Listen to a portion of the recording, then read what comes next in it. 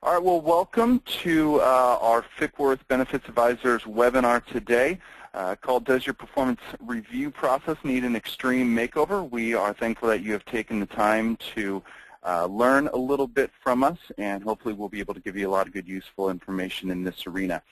To let you know a little bit more about our broadcast, if you can hear my voice and see the screen that is live right now, then you are good to go. If you need any help, you can go ahead and check the number that should be up on the screen shortly, and we will help you in any way that we can. So call into the number, or you can email us as well. So one last thing that I wanted to let you know about before we kind of dive in is we have the ability for you to kind of interact with us during this webinar. We have the chat feature that is on the right-hand side of your screen in a little box. My name is Matt. I'll be moderating those questions as they come in, and if we have some time towards the end of our webinar, we'll take a few of those questions live. If we do not have an opportunity to get to those questions, we assure you that we will answer you personally at some point later this week or early next week. So go ahead and type them in at any point in time, and we'll get to them at the end. A little bit about our presenter. Jennifer Lincecum has been a part of our organization for a while, and she's going to be kind of tackling a lot of the high-level things about this issue. Is why is this such a problem? Why has this been something that employees and, in a lot of ways, employers dread? Why is this something that we cannot seem to fix, and does it really kind of take our employees to the next level in this one-year annual review process? Our answer, if it's done that way, is no. So Jennifer is going to talk a little bit more about how to revamp the process. Her experience in the area really makes her an expert in all things employees and employee benefits and how to take your employees to the next level. So we'll welcome Jennifer, and Jennifer, go ahead and take it away. Hi, everybody. Thanks for the introduction, Matt. This is Jennifer speaking now. Just wanted to go back really quickly to the agenda for today's webinar. So as Matt mentioned, we're going to be talking about performance management, performance reviews, and does your current process need an extreme makeover? Why do we hate performance reviews? Because I think we can all admit that we do. What can we do to make them better? And how do we actually accomplish this? And so we'll go through piece by piece and kind of try to dissect this to understand some of the trends that we're seeing in the marketplace and where some highly effective employers have gone to make this process a more delightful thing to do. So first of all, why are we here? What's the big cause for concern? I mean, why do we talk about performance management? Why are we talking about this?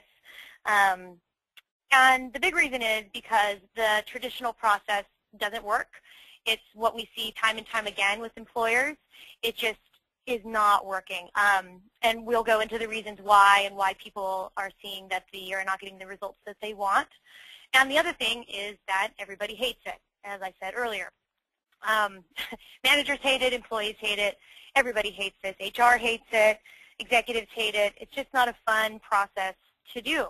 And I'll talk a little bit about how we can actually make it fun. So that'll be good. So why do we do performance reviews? What are we trying to accomplish? Because they've been around for a long time. We've always done them. Every employer does them. Whether they do them well or not is another discussion. But why are we even doing this? What's the philosophical reasoning behind performance reviews? And obviously, the biggest one is to give feedback on performance. I mean, as in the name, is you're actually giving feedback on performance based on strengths and weaknesses. Is the employee living up to the expectations? Are they not? Are they meeting their goals? That type of thing. The other thing that you do in a performance review and trying to accomplish is that you're trying to provide leadership in career planning. So that is the opportunity, again, to have the discussion of, are you going down the right path? Are there skills? Is there training? Are there different opportunities for you? Would you be better in a managerial role? Are you going to be better in an administrative role?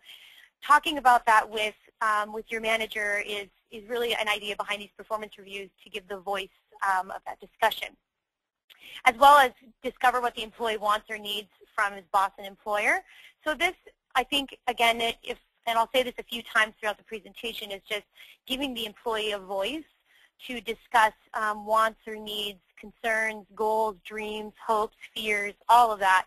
And I'll just explain why just doing it once a year, obviously, is not the ideal situation. If you're talking to the real tactical people, this is probably the real reason why performance reviews came to be, is that it allows a standard format to discuss compensation and job titles. This is when people are discussing, are you going to get a raise? Are you going to get a promotion? Are you going to potentially get a bonus? What are the expectations for you next year? And so really at the end of the day, it's money. And people want to talk about this, and that's a big deal.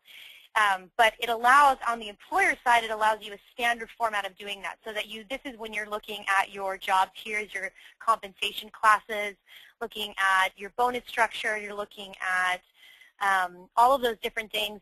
Should somebody be promoted? Should they not be promoted? If they did, what does that do to our budget? Should we be hiring somebody that we can potentially pay less, maybe with less education because this person is being overpaid?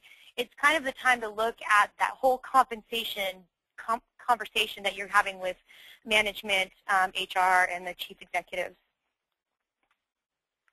So the typical performance review, just kind of what we see time and time and time again, is, and I'll point out that this one is if you're lucky. Typically, we'd like to see, anyways, that an employee does a self-assessment. This is where the employee fills out a form. The manager may send an email or send a form to them saying, please tell me your top 5 weaknesses in the past year, your top five strengths, some of the projects that you feel really great about, and kind of just take the time to understand where you are in terms of what happened in the past 12 months.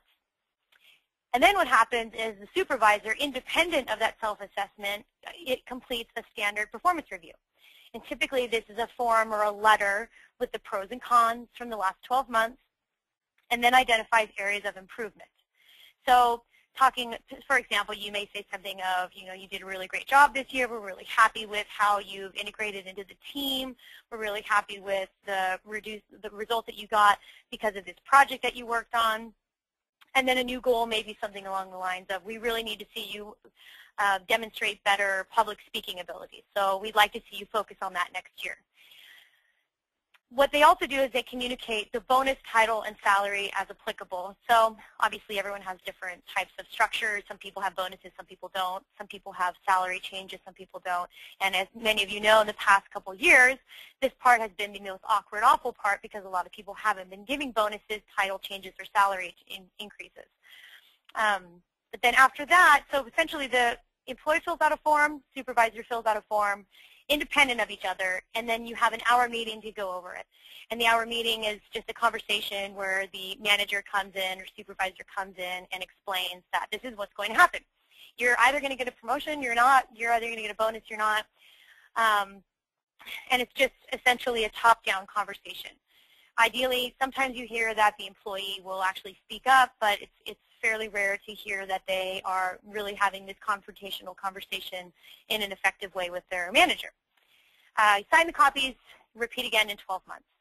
So you can see why this kind of standard process of someone fills out a form, another one fills out a form, let's meet for an hour, talk about it, and then that's the end of it. It really is kind of like a report card. It's just saying, this is what you did last year, here's what you need to improve. It's not exactly the most fun thing to go through. So the traditional performance review just isn't working. As for all the goals that we talked about before, sure, it's still working in terms of a compensation analysis, but it isn't working in terms of being successful for your employees. And as we all know, all of this matters in terms of retaining, attracting, and increasing productivity with your employees. A performance review can be an incredibly effective way to make sure that your employees are in the right spot, getting the right tools, feeling that you really care about them, you're giving back to them as an employer. And so unfortunately, this traditional process just isn't cutting it. And this, honestly, is not a new concept. I like this quote because it's old. It's from the July 1959 issue of Harvard Business Review. And it says that the aim of reviewing the subordinate's performance is to increase effectiveness, not to punish him. But apart from those few employees who receive the highest possible ratings, performance review interviews, as a rule, are seriously deflating to the employee's sense of worth. This was back in 1959. It's now 2013, and unfortunately, we apparently have not adapted anything to embrace this. The idea, again, is that these performance reviews are not talking positively. They're not thinking forward. They're just talking very stagnant information about what happened last year, very, very much like a bad report card. And as I mentioned earlier, I think we can all agree that everybody hates the annual performance review. You hate it for one reason or another. Employees hate it, managers hate it, we all hate it. Talk a little bit about why do employees hate it. First of all, some statistics. 55% of the U.S. workforce thinks the performance reviews are not accurate, so that's just anybody. And 24% of workers dread their performance review more than anything else. So that means that they are absolutely not looking forward to it. They don't want to go through with it. They don't want to be part of it. And the big reasons are that you're forced to focus on your weaknesses.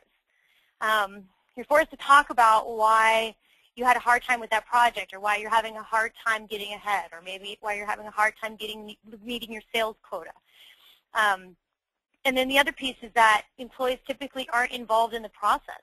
So they don't really understand where this top-down information is coming from. So whether you get a promotion or a raise or a bonus or any of that kind of stuff, you don't really understand where that's coming from because you haven't talked about it all year. You haven't thought about it because no one's brought it up to you.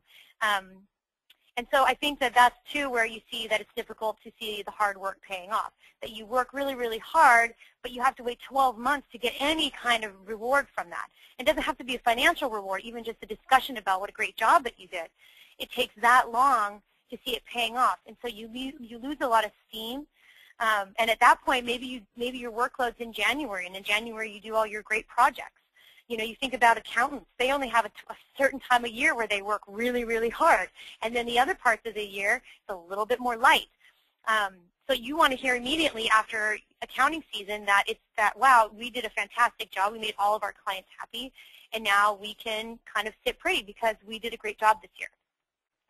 And I think this is my personal opinion is that this is the biggest one to think about, is that the way that this is set up is creating an environment where the employee must meet with their manager and basically argue for a raise. You basically have to come in arguing that the idea is that you should get a raise, or you should get a promotion, or you should get a bonus in a confrontational discussion. And it's not in a good discussion of hope and of comfortable camaraderie. It's more of a discussion of, well, I did all these wonderful things, and that's why I think you should do this. And your manager or supervisor, most of the time, has already been given direction on where you're going to go. So it's not really even a discussion. It's really just a top-down conversation that you don't really have any interaction from, but it feels like you should. And so you feel like you were allowed to do this self-assessment. You were allowed to come in and have this meeting. So if it's open for discussion, then maybe I can make some changes in the decision. But at the end of the day, you ultimately can't. The decision usually has already been made before you've had that conversation.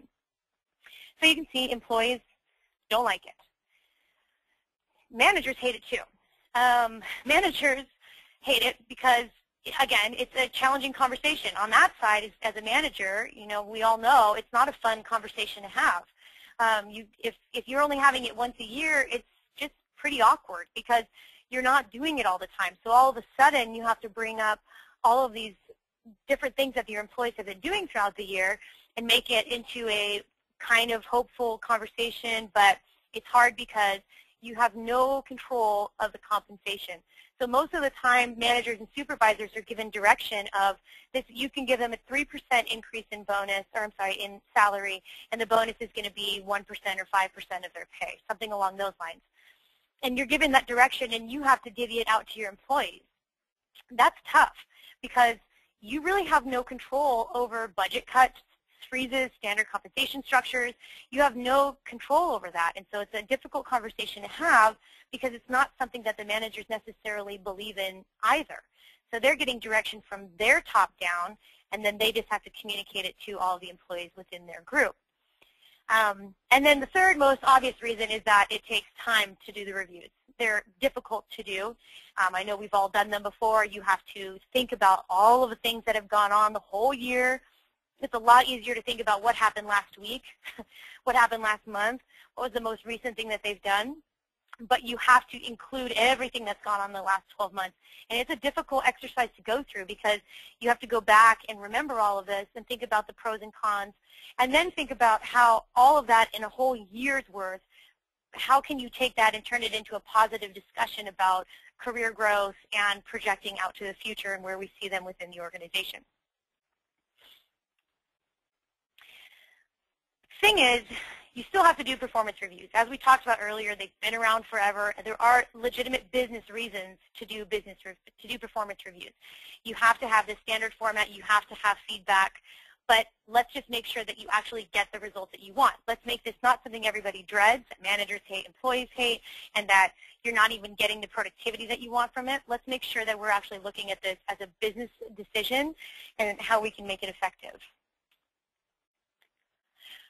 So what is actually wrong with the traditional performance review? Why are we talking about this again? What is it specifically that is wrong? And a couple of points that I want to make here are that the employees want regular, frequent feedback. So this is number one, talking about the delivery method. So basically saying that the annual method doesn't work. And a lot of these are going to go through basically that same kind of concept, that it's not practical to judge an entire year's worth of work in one session. That makes it difficult to be objective. It makes it really difficult to have an actual open conversation about it. And so thinking about dicing up a whole year into different buckets, maybe quarterly, maybe monthly, maybe semi-annually, whatever it may be, is going to make it an easier discussion point. And again, everyone can agree with this, poor performance should be addressed immediately and not at the end of the year. So I've heard horror stories about people who maybe it's not necessarily call it performance, but maybe call it corporate culture, and they weren't fitting in with the culture. Maybe they weren't dressing appropriately. Maybe they weren't speaking appropriately, whatever it may be, that nobody mentioned it to them until they had their annual performance review. And I'll talk about how I think that that is huge, that should also be separate from performance, because if somebody isn't dressing the right way, I would argue that that wouldn't be considered performance. I would argue that that would be considered part of their corporate culture and should be a totally separate discussion. I don't think that that should be part of the decision of discussing about how their performance plays into their ability to do their job. People are more inspired by positive, constructive feedback. We all know that. We love to hear good things about us. We want to hear all the great things about us and how we did all these wonderful things. It's kind of, just making sure that you're focusing on the positive and giving that constructive feedback of how you can make it better next time. And again, this is the reason the traditional performance review doesn't work. It's a confrontational, one-time dialogue. Feels judgmental instead of supportive. So again, it's the idea that the timing of it, doing it once a year, is not great, and it turns it into a confrontational when the employees don't feel like they have any say in the decision. And there's not a lot that you can really do behind that, because ultimately giving raises is a business decision. The employee shouldn't be able to come and sell you on the idea, but they need to feel like they have some kind of control in this, that they have some kind of place in this, and that it's not just a top-down decision. I think that that's probably one of the biggest things behind the feeling that the employees have when they do the traditional review. So the 6 keys to a successful performance management system, as we see them, are to create a feedback-rich culture that encourages employees to give each other constant feedback. So this is across the board. A lot of times we see that, maybe there's a culture of even just management to employee feedback culture, which is great. But I think that talking about peer-to-peer, manager-to-manager, kind of giving each other that constant feedback so that you can learn and grow together, and that it's an ongoing conversation so that it feels comfortable and it doesn't feel confrontational and it doesn't come out of the blue once a year and you feel like you're being attacked.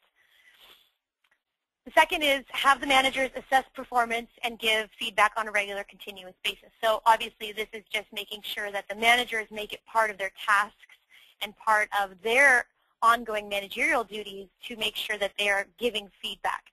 Put it on their calendars, make it a requirement as a manager that you actually do this. Let employees assist in determining their own goals. I think that this is really big as well. A lot of times I hear with employers that we work with that the employees are just given these goals, and they may, just because that's what the manager thinks that they should be working on. Whereas the goals that we think that you should be setting with your employees are to help them achieve the goals that they want to be setting or the career path that they want to be setting. Set the frequent goals and reset them as necessary. Make sure that the goals are constantly changing as business needs change. It seems a little bit silly to set a goal in the beginning of the year and then just think that that's going to be consistent throughout the 12 months, when the reality is you may have goals that change entirely because the business needs change. Make sure you do the self-assessments. I think more than anything, the self-assessment is going to allow the employee that time to just process where they are, what they like, what they feel good about, and that they can actually then bring something to the table in a dialogue that you hopefully have with the management. And keep in mind, obviously, performance isn't necessarily the employee's fault. Help them find the cause or a better fit if possible. Again, this kind of goes back to the idea that poor performance sometimes isn't necessarily that they didn't know what to do. It may just be that they're not in the right spot. A lot of times we talk about, I've done webinars as well about the peer principle, which is the idea that you have somebody, easiest example is somebody that's a great salesperson, fantastic salesperson, just killing it out on the market, and then you put them in a sales manager position and they're miserable and not doing as well, and they eventually leave. And it's because at some point you push them outside of their unique ability. And I think it's really, really important to make sure that that is looked at as well, and just a very honest and frank discussion with employees about it. So what should we do? So we know the 7 keys. We know that there's the ideas of what we need to be doing for these performance reviews. We know we need to change them, but now actually what do we do? How do we actually change this? And so the goal is to adopt an Agile performance management approach, not the single dreaded annual review. You want to create an environment that promotes honest, frequent feedback. Managers need to trust their teams and empower their employees to be involved and accountable, and keep discussions about performance and career plans separate. So this is a big thing because a lot of times the performance really is looking backwards. So performance is a lagging indicator, and career plans are a leading indicator. So basically performance is showing you what has happened in the past 12 months, and that's just where they are. Maybe their timing, maybe they had children, maybe there was a lump in the market, maybe there was a special project they had to work on. That was that. Career plans need to be separate because you need to be thinking about, as a manager, you have 2 roles. One is to make sure that they can do the job that they're assigned to do, and 2, that they want to stay with your company if they're the right fit. If you want them to stay with your company, you need to find the right fit for them. And a lot of times, you know, if we're talking about millennials coming into the marketplace, millennials don't necessarily know yet where they're supposed to be or where they want to be. So having these career plans discussed separate is, I think, going to be a really powerful tool to have with the generations coming into the market. In addition, a thing that's really overlooked often is how to equip your leaders. Because obviously your leaders are giving the performance management reviews. They're the ones that are going to be looking at how to actually perform these and how to actually judge and monitor their teams. So provide them with corporate values so it's easier to evaluate and to coach. I think that that's absolutely vital. A lot of times I talk to employers and I say, well, what are your corporate values? What are you actually going towards? And they don't have anything written down. They don't have anything, well, you know, we just want productivity high. Well, that's not a way to manage, that's a way to manage performance. It's not a great way to manage your employees. You can have measurements and you can have metrics based on that, but in order for you to evaluate and coach them, you need to be a little bit more granular, a little bit more specific about what you want your corporate environment to look like, what are your core values, and then what do you actually want the company to do? What are the company goals? Because that's how the employee goals should essentially be set. Obviously, and then you need to help your managers be better. You want to give them the time, tools, and everything to learn how to actually work with their employees in terms of hiring, training, coaching, and evaluating. So I think this is something that's really, really important as well. So we're going to go through a couple of the preferred performance management systems that we've seen be very successful. The 360 review, I know everybody has probably heard of, and so we'll talk a little bit just about what that is and who it works best for. The other two are kind of newer concepts that I think are highly effective just depending on your industry and what kind of workforce you have. So the first one is a 360 review, and I just add that you need to do quarterly check-ins because a 360 review on its own does not have the constant feedback, so you need to make sure that you have that. And then the Strengths Finder culture we'll talk about, and project-based reward system is something that I've personally worked with, and I think it's really, really effective. So the 360 review, what is a 360 review? In layman's terms, it's essentially a review of everybody around you. That's why they call it 360. You have a review done where you get a combined perspective of your manager, peers, meaning people that are working on the same type of projects as you, but you also get the opportunity to review your manager. And that's the part that if you look at a 180 review, you basically look at myself, I review my manager reviews me. I think that's really powerful as well. The 360 adds the component of getting everybody around you, meaning your peers, to actually review you too. I think what's helpful about this is that you get feedback from everybody that you're working with. So maybe you don't interact wonderfully with one of your peers, or maybe your manager you haven't worked very directly with this whole year, but you'll get feedback from multiple people from different levels. And what that allows is for the deciding factors, I've seen where this will be done and they'll be able to see the reviews from all the different perspectives, and it may make a totally different decision than would have been if the manager was the only one reviewing the employee. Who does this work best with? This absolutely is best with large corporations with many management layers, because again, a lot of the times if you work at a company and there is your manager and then 4 managers above that who actually ultimately makes the decision, you may work with all of those in different projects. You may work with them on a different given day. And so it's nice to have this feeling that other people can speak highly of you, or other people can contribute to your performance review. And again, what they're looking at with these reviews is purely performance. The manager is independently responsible for career development. That's a totally separate conversation that's being done. This 360 review is just performance, and so you get this complete perspective of it to just isolate how you did in the last 12 months and maybe talk a little bit about some goals for the next year in terms of performance. Career planning is a totally separate conversation, and as I suggested, the 360 review with quarterly check-ins, because the quarterly check-ins allow you to just touch base with your manager and get feedback from where your manager feels like you are going. So I think this is really, really wonderful. It's, as I said, best with multiple layers because it allows those layers to be exposed. So if you think about an onion, I don't want to just have the layer right above me be reviewing me. You get every layer because that's who you're probably working with.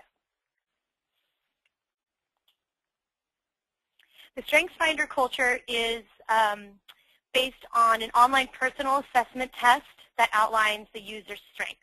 So this idea is a little bit more about building a culture that's going to, within that culture, allow for interesting performance review and highly effective communication building.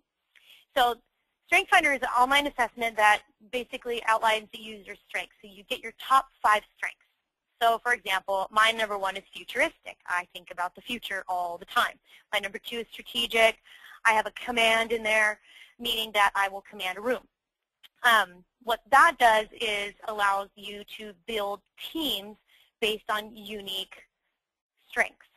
So my team members, for example, because I'm futuristic thinking, not so great at the details of the futuristic thinking.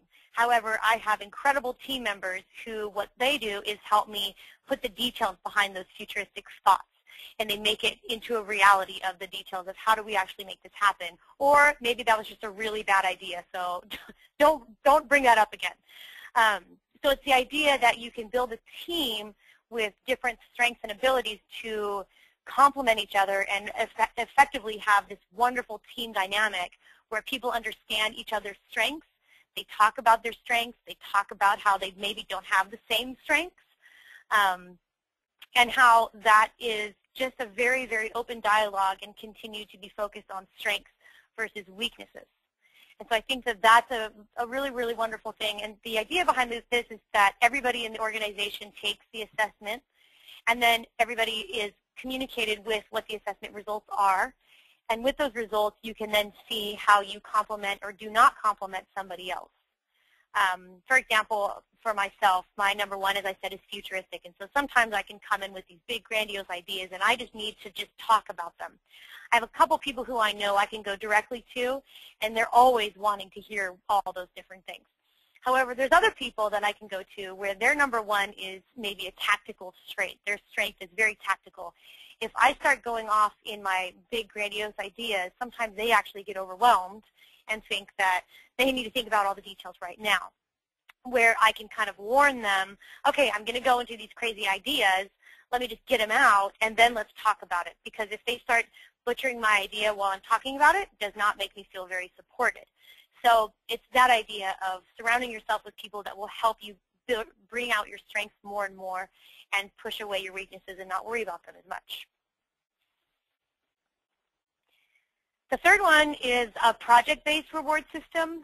So the general idea behind this is instead of bonusing or rewarding at the end of the year based on overall performance for the last 12 months, this is a project-based reward system where, depending on the project throughout the year, that's when you would reward somebody. It's based on individual projects as they're completed versus the annual review. And again, because the way I've seen this done in a couple of large corporations is that they'll have specific employees who are eligible for the project-based reward system. And what happens is different team members can nominate them for a reward. And what that then does is that nomination goes to a couple of management layers, a couple groups, and then what they do is decide yes, yay or nay, and then that person will get, you know, a $1,000 bonus that month. And what it'll say is that congratulations, you won this reward, and the reason you won it is because you did a great job on this project. And these are the people that nominated you, and these are the people that, this is what the feedback that they gave. And so going into that was just a really great kind of change so that you actually have more conversation, you have more ideas, more concepts that are being rewarded versus just the one-time thing. The best place I've seen this is where the work is project-based. So if it's project-based, you know, you have clients or you have a big project that's going to be finished, you take on a new thing and it's going to be transitional, maybe even consultative, that it's fantastic for that because the project's over and then you can just kind of move on. So the key takeaways for today are when you're looking at your performance management system, which I really hope that you are because most of them need help, is to give frequent and constant feedback. We talked about that a lot, that this is probably the number one thing, is take away the annual portion of the annual review and make it into an ongoing conversation versus a staunchy conversation that happens once a year.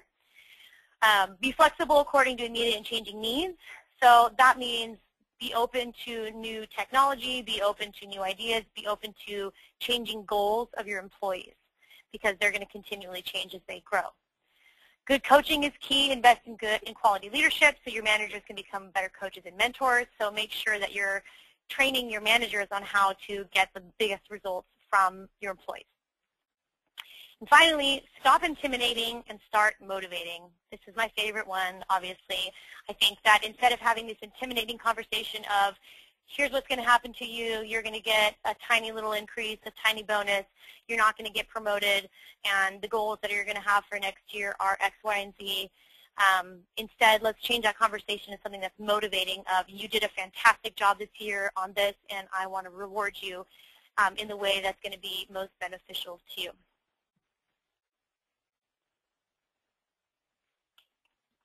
So I think at this point, I'm going to open it up to questions. So if Matt, you want to go ahead and go through some, that'd be great.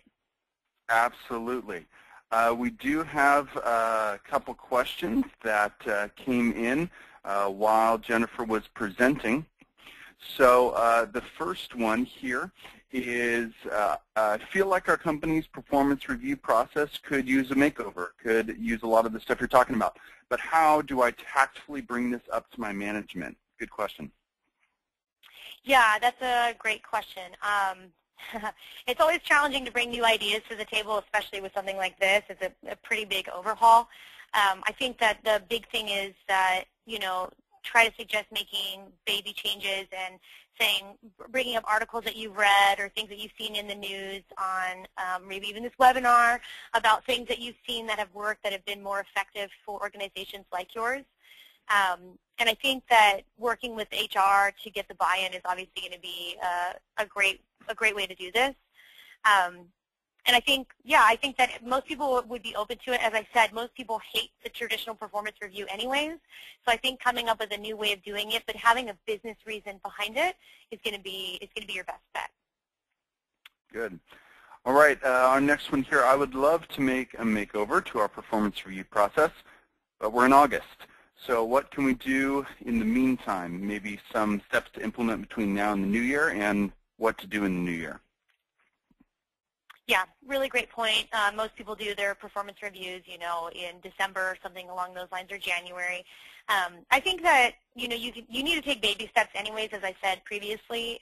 You don't want to just overhaul something this quickly. So I think a great idea is to just start maybe having feedback sessions with your employees and start that conversation and tell them that your intention is to really motivate them and try to build the trust up so that they feel like they can come to you and talk to you about what does motivate them, what goals are they really looking for, what career path are they really looking at, and trying to build that trust back up, because it's probably going to take a little while to build it. And so I think starting there and just having that dialogue until you can put something formal in place is a great place to start. All right, and the last one that we'll have time to tackle here is, it sounds like a good idea, but career path and annual review has always been the same conversation for us. How do we go about separating them? So I think the biggest thing is to just be open and honest and clear with your employees. So just letting them know that, things are changing this year, and what we're going to do is make sure that it's a separate conversation, because we want to make it clear that the career planning is just as important as your performance management, and that this performance management is really purely just to look at, did you meet or exceed the goals that were set for last year, and are you basically qualifying in terms of the job that you're in right now? And that's one whole discussion, and that can take as many hours as you want. And the next discussion is, what kind of career planning should we be looking at? What kind of goals should we be setting, and that type of thing? And then kind of integrating the two at that point. But I think people will understand that, and I think that it would give them kind of the understanding that they can think about them separately, and then when they're thinking about goals, can work with you as their manager to kind of correlate the two so that their performance goals are tied to where they want to be in terms of their career. All right, great. Well, thank you very much, Jennifer, and thank you to each of you who were a part of our webinar and conversation today. Like I had said at the beginning, if you put in a question and we didn't have a chance to get to it, we will absolutely make sure to get to you personally. If you have any questions or want to know more about us, you can, of course, go to our website, fickworth.com, or give Jennifer, our Vice President, a call. Be sure to stay up and online at hrwebinar.net on what we're doing. We do webinars very frequently. Every other month we got a new topic, so make sure that you keep up to date with what we're doing, and we'll be happy to have you join us in the fall. Thanks so much. Have a great rest of your day. Bye-bye.